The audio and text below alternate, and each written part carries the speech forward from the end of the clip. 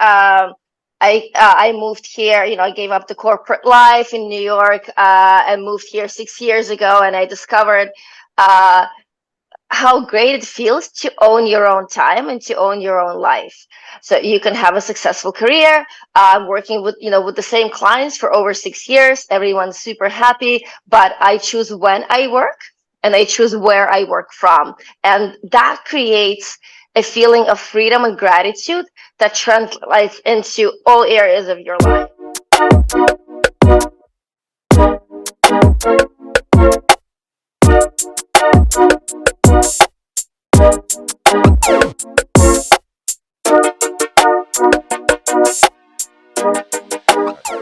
So today we have Kate Shiftman, who is located at about 40 minutes outside of Lisbon in a small surfing town that we're going to learn a little bit more about in a moment here.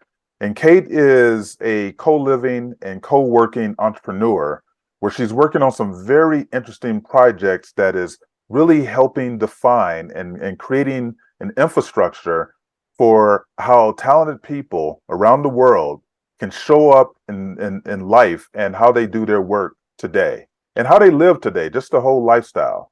So I'm really interested and excited to speak with Kate Shiftman. Kate, welcome to The Talented Life. Thank you so much. Thank you. I'm so happy to be here and to share my thoughts. Well, as I said earlier, your name continued to pop up when I was in Lisbon around some of the incredible work and just your voice that is advocating this lifestyle that connects co-living and co-working. It's really a way of kind of creating agency and liberating people who are talented and who are living around the world, either as digital nomads or expats, or just simply doing remote work from wherever they are. Can you tell us a little bit about some of the work that you're doing in Portugal right now? Yeah, sure. So, kind of drawing from my own experience, I moved here. I gave up the corporate life in New York and moved here 6 years ago, and I discovered how great it feels to own your own time and to own your own life. So you can have a successful career. I'm working with the same clients for over 6 years. Everyone's super happy, but I choose when I work and I choose where I work from.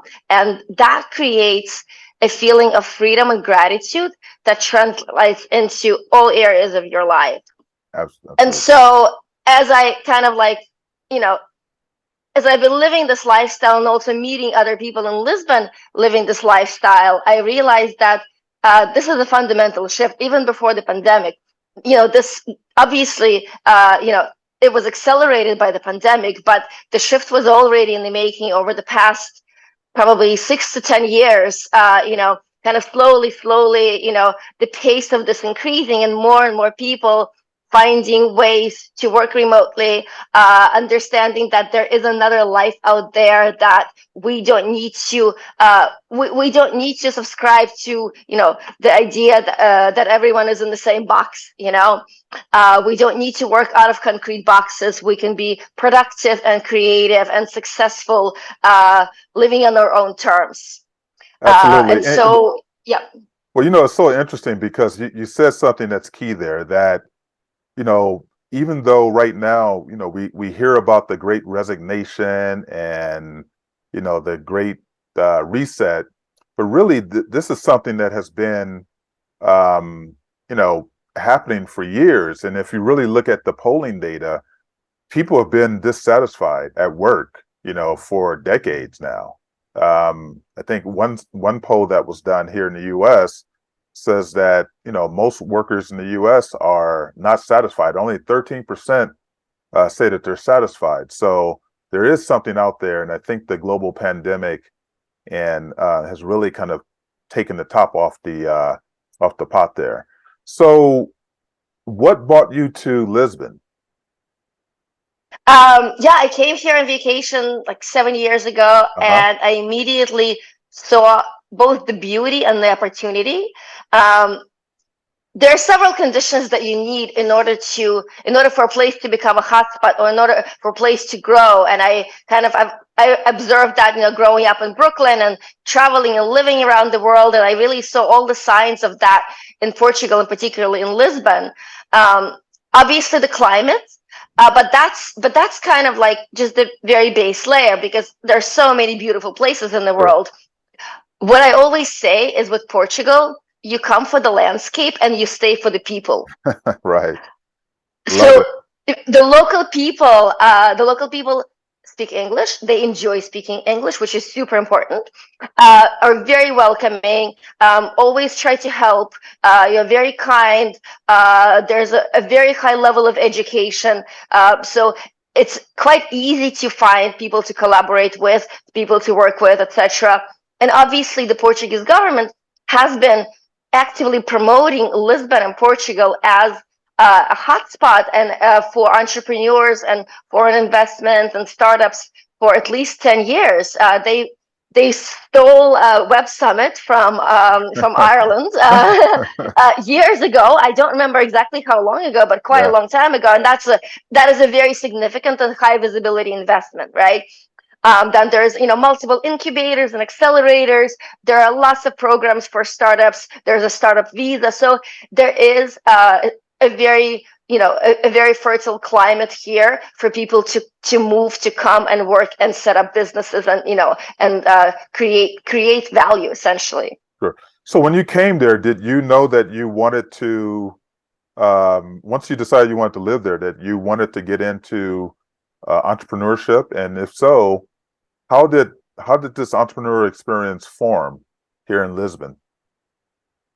I've always enjoyed working for myself, and I had an idea that I wanted to uh, create some sort of a place, community for sharing of knowledge, also with a housing element. As someone who grew up, yeah, basically kind of on the plane, Yeah, yeah, the idea of home has always been really strong inside me, and understanding what makes a space a home, how to create spaces for people who are transient. That's always been interesting. So it's been a little bit of a winding path, but eventually I landed on the idea of a co-living and a co-working space, serving the kinds of people that are now coming to Portugal and that need this sort of environment. yeah. So can you define a little bit about, I know, but just so that our audience know, when you say co-living, co-working, what is that and what does it look like? Yeah. So if you are a location dependent person, or if you are working on a project and you don't need to be in a specific location, and if you want to you want to go and stay somewhere for a few weeks to a few months, there are actually very few options for that. Regular residential rentals are very strict, so you cannot rent for less than 12 months. Yeah. Airbnbs, hotels are expensive, and even if you find a decent deal, you usually don't have a good place to work inside your unit, and you're still isolated. That's the Yeah. issue. So you arrive in a place and you have your apartment and you know nobody, and the experience of being in a place is not complete Sure. without connection, without community. And so co-living spaces, in this particular context are basically, you can think about them as kind of holiday accommodation, where people spend a few weeks to a few months. So it's more living than staying. Mhm. There's a community. There's they're curated activities, shared meals, and events and things like that. So it's you're kind of entering a family, and you're becoming a part of that family. And many times you end up being friends with people for life. It's interesting because I'm beginning to kind of see this model, this approach emerge in many places around the world, and people are building these really robust communities. One of the things I see that it attracts a lot of, what we call digital nomads or remote workers. But a lot of these have a tendency to be kind of younger people who are exploring and all these type of things. What about folks my age? What do you do for our folks? Are there opportunities for people who are making career shifts, which is kind of like people in, like what they call mid-career who are traveling. That's like one of the fastest growing trends right now. How do they kind of fit into this and these different business models? Yeah, no, absolutely. And when I think about my audience for IOMA, I definitely consider this particular population segment, audience segment. I think the key to understanding whether the space is is right for you is kind of like understanding. I think age honestly has a lot to do with it. Yeah, You have some spaces that are really focused on like super young people who are getting into nomading. They're like 22 and they want to party, and that's awesome. yeah, yeah. And it's great when everyone kind of matches, in terms of goals and schedules and lifestyles within the community. There are other spaces that are more focused on entrepreneurship, some other spaces that are more kind of around wellness or living off grid.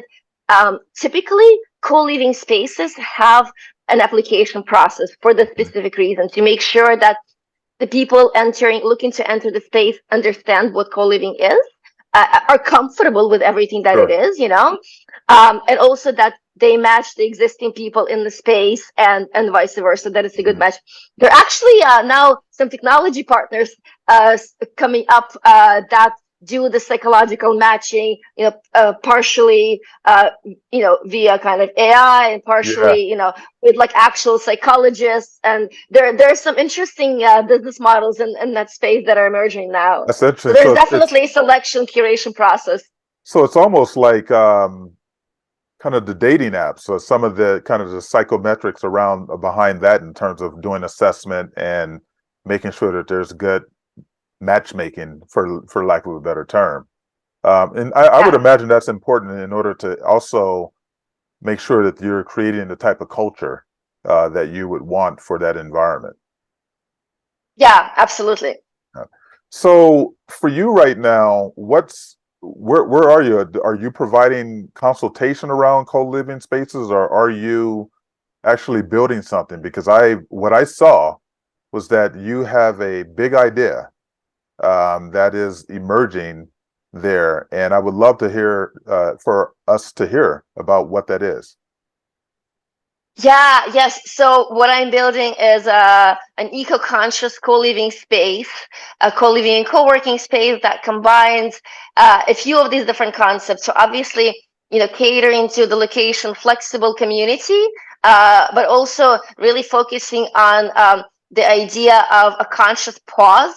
So the pause that you need in order to recharge, regenerate, grow, and Nice. thrive. Yeah. And seeing how design architecture can help facilitate that. And on the kind of an additional aspect to that is also building in the way that is kind to nature, that is regenerative. So, a lot of the things we're doing are done for the first time in Portugal, which is obviously very difficult. Yeah. So we're doing a sustainable construction. We're not using concrete. We're using an alternative material, which Oh is wow. a wood compound that's right now the most sustainable industrial scale construction material. It's been kind of going up in importance and kind of usage over the past 10 years or so, but it's the first building built this way in Portugal. Obviously, employing all kinds of energy and resource effect saving solutions like gray water collection, rainwater collection, etc. It's a host of, it's really a 360-degree approach Wow.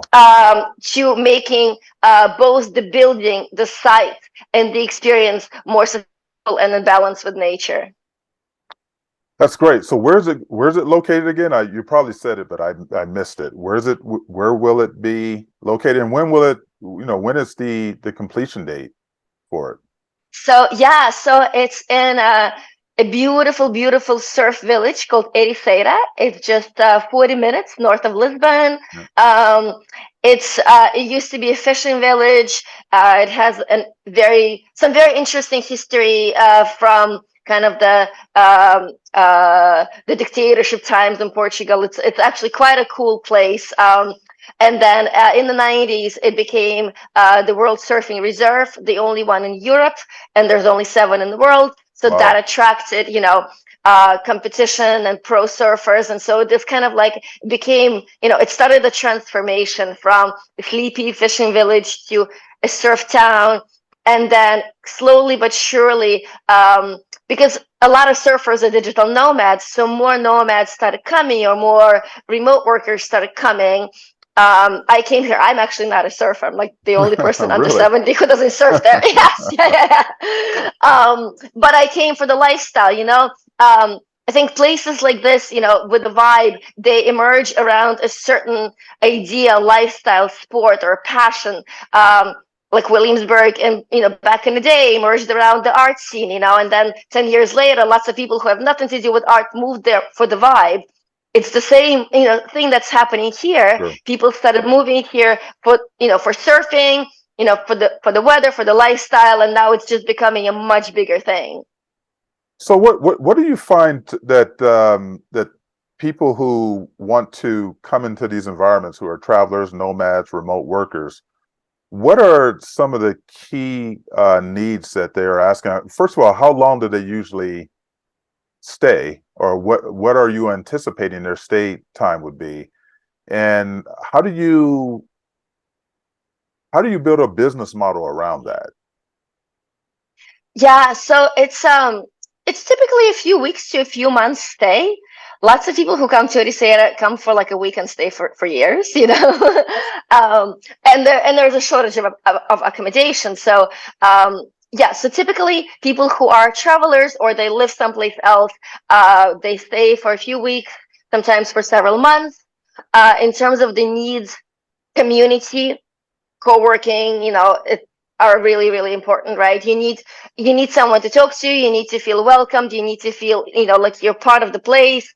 So community is super important, which is why, renting your own apartment is not really the solution, Sure. or you can share apartments, but it's very different when several unrelated people share an apartment, and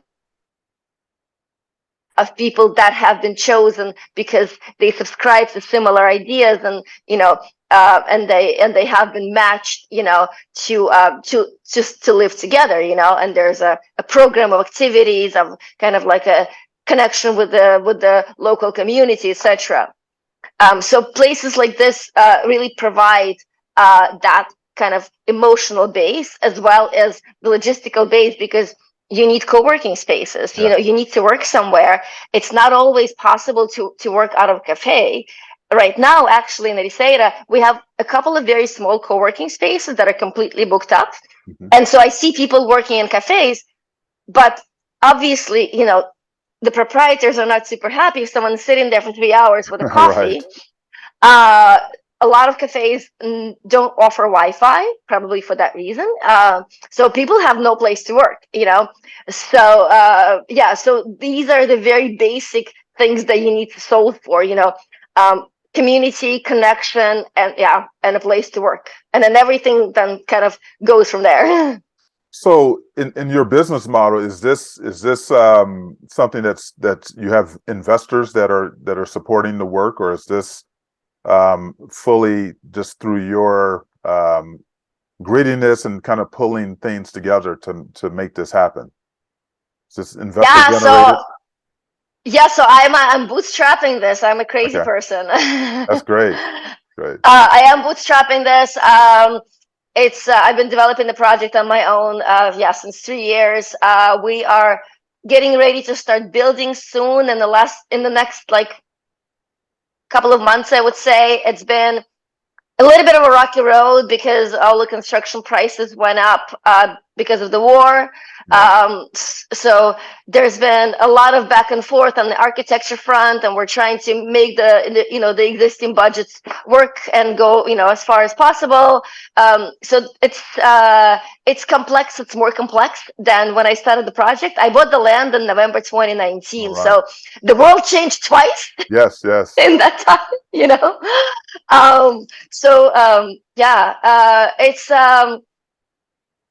it's such an interesting journey. I'm learning a lot about myself. I'm learning a lot, about business. I'm spending my Sunday mornings learning about real estate investment terminology. Never thought I would do that, but essentially, you are creating a space for people. That's also why I wanted to build from the ground up rather than to repurpose an existing building, because I wanted to create something that is already optimized for remote workers, optimized to that kind of transient lifestyle. So that has to do with the typology of the rooms, with the with common spaces, with the co-working, with Yes. the entire site is basically built from the ground up for this new lifestyle that we're entering. Yeah. So can you just talk a little bit about, we talked about it a bit, but when you say the new lifestyle, I think that you are connecting that to what you're seeing that is actually driving you to create these type of spaces. So when you say the new lifestyle, what's actually happening with individuals who want to kind of move away from your typical 9 to 5 kind of the industrial work model that we've had to sign on for so many years? What are you seeing emerge in this area? Yeah, I'm seeing more and more people waking up to the reality that they are the masters of their own destiny and they have agency over their lives, over their time, and over where they are. So what I call it is a life-centric lifestyle, Oh, wow. Yeah.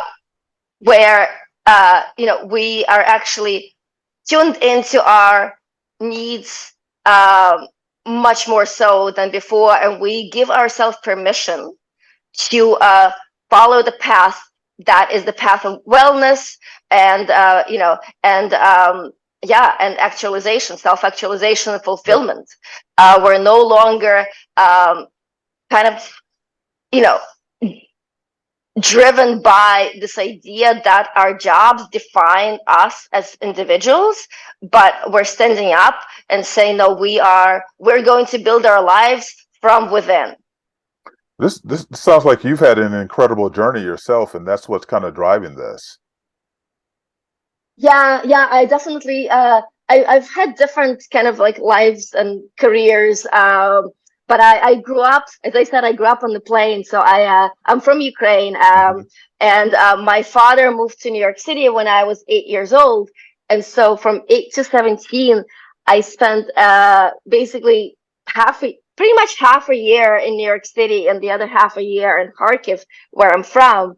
Oh, wow. I would come see my dad for the summer and then come again for Thanksgiving and the winter holidays. And so from age 8, I realized that you could actually choose where you live, Yeah. which, Yeah. as you can imagine, a child that age coming from, post-Soviet reality, that was mind-blowing. But at that age, you really take that as the absolute value. And so I've always approached my life with the understanding that I can choose. And that is key, actually. And I think, going back to our previous question, I think the understanding that you can choose for yourself is key here, and everything else kind of is like a domino effect from there. Yeah. And so yeah, and I lived in New York. I grew up, I went to college there. Started with kind of like normal jobs, and then I was a freelance photographer, and then I moved to London. I owned a photo agency, came back to New York, did the startup thing and the agency thing. And then at some point, when I was working at startups, I realized that I liked my job. I was working in ed tech, was fine, Yeah. but didn't really, I didn't understand why I had to take the same laptop that I have at home Mm. and get on the subway, plop that laptop on my desk, work for not 8 hours, definitely not 8 hours, and then, at 10 o'clock at night, take the same laptop home.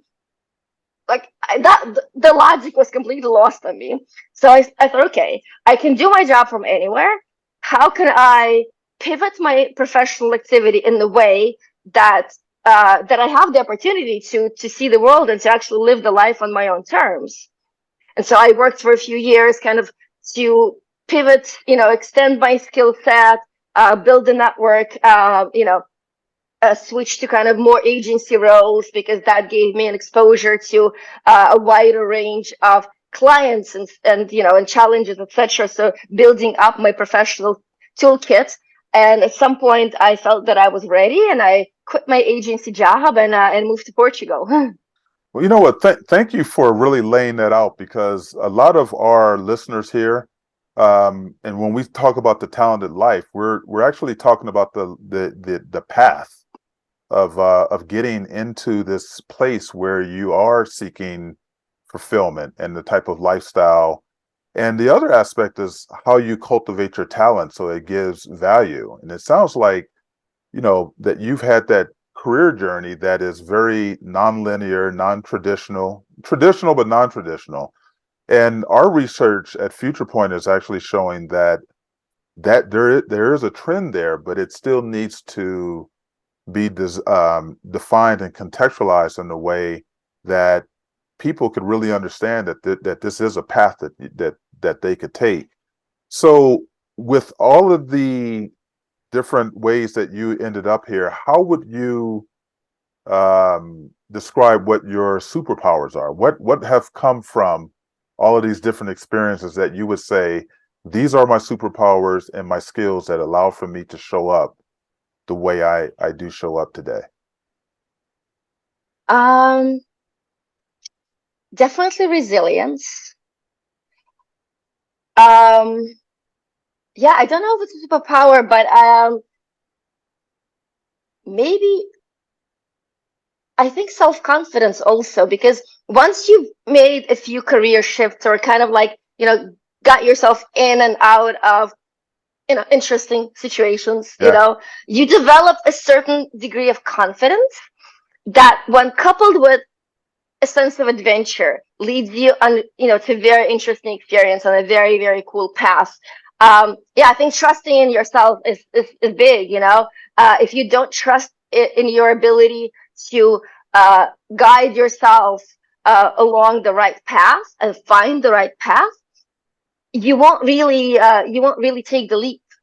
So yeah, so definitely self-confidence, resilience, yeah, and just I think also a certain degree of just chill, understanding that things always kind of work out. When you live in New York, everything is life and death. Yeah. Everything is like super high stakes. I mean, you don't get on this train, on the subway, you're late. Like, it's a cascading effect of like, Right. your life's going to end. And you're in that kind of rat race and under so much pressure that the tiniest things become super important and make or break. And I think once you've changed careers and had different kinds of experiences, entrepreneurship experiences, moving countries, relationships, you kind of understand that uh, usually things are not, quite so critical. Sure. And you can turn things around. You can play with things. You can be more experimental. I really encourage people to try different things and actually be a little bit playful with life, because we are so focused on the goal that we don't always stop to think, is that really the right goal?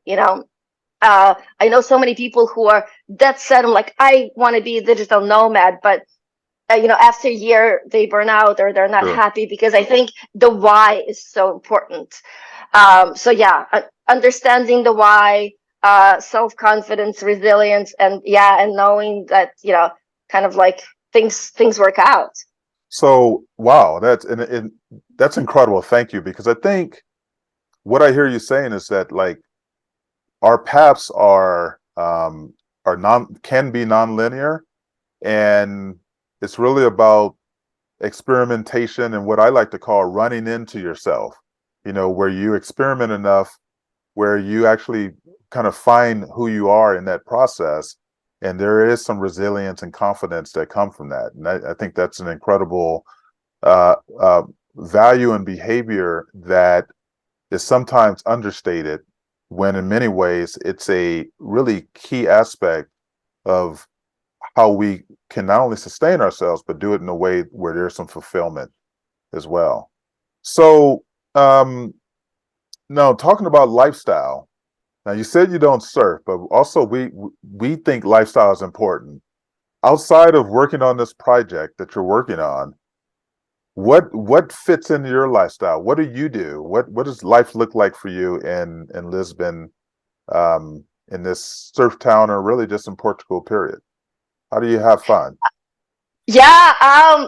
So I'm a super, super social person. I have lots of friends and I love connecting people. So, yeah, you can usually find me in any of the, different kinds of social or, professional communities in Lisbon. I'm a member of like probably all of them, which is why my name has come across for you Absolutely, because you probably absolutely. heard it from like 5 people. So Yep. I love, absolutely, absolutely love connecting with people. I love road trips, and I'm a huge fan of wine. Not so much drink. I do like to drink it, but Hmm. that's not the point. Kind of like I love learning about wine. I love kind of like organizing like winery trips, and wine tastings and things like that. My gift for myself for my birthday a couple of years ago was a wine certification. Oh, wow. So it's a class. Yeah, it's a class you take it. It's an official school that's kind of like the international certifying body for like all these things in the world.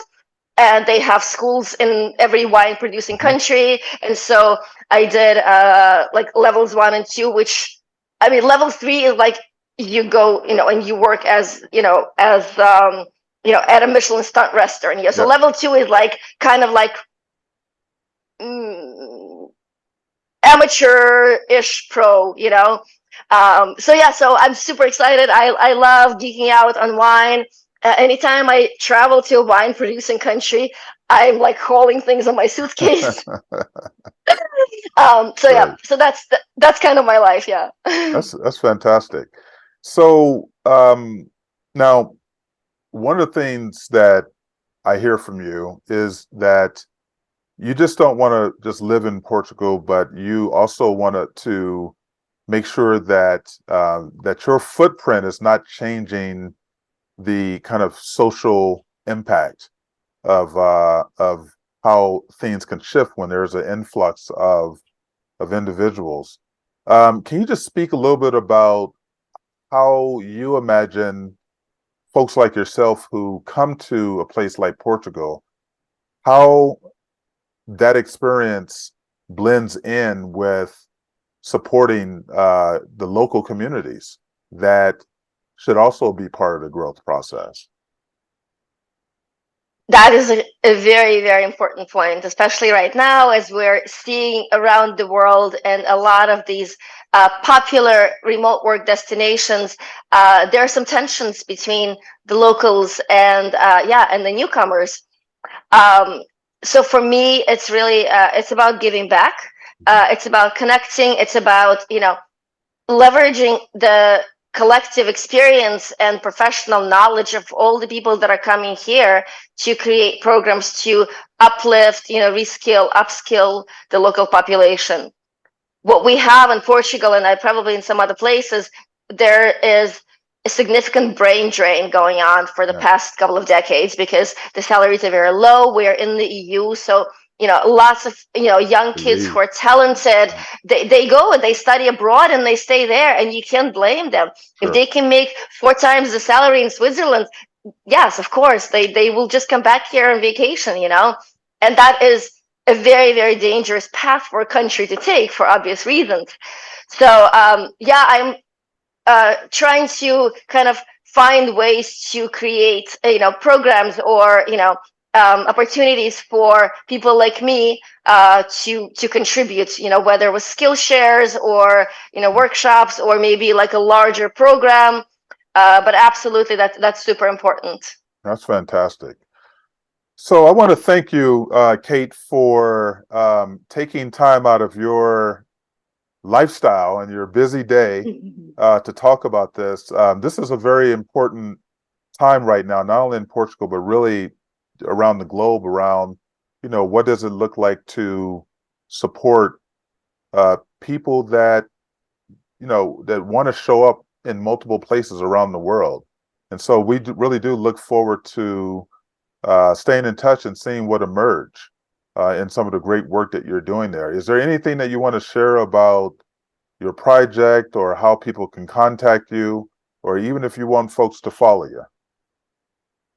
Sure. Yeah. Thank you so much for that opportunity. It's been an absolute pleasure and always happy to talk more and to discuss these topics, because I think it's very, very important for people, for places, for everyone involved.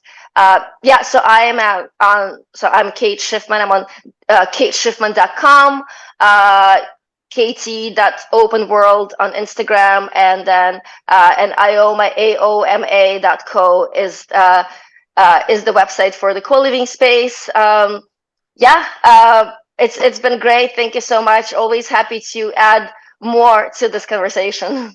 Absolutely. So we want to thank you.